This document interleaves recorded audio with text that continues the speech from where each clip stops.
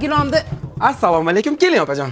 Va alaykum assalom. Mani gilomni qaytarib oling, mani remontimga umuman tushmadi. Bu bizni gilommi o'zi? Ha, Milad Xolini gilomi, mana tanimayapsizmi? Turetskiy sifatli gilomni o'zingizlarda, mana o'zlaringniki. Nima, cheki bormidi opajon qaytarib olish uchun? Ha, yo'q, cheki uyda qolib ketibdi. Cheki bo'lmasa qaytarib olaylik. Nima opajon gilomni? 2-3 kun oldin olib ketdim. Shampanqullaqina bola turuvdim endi. Men basmidim?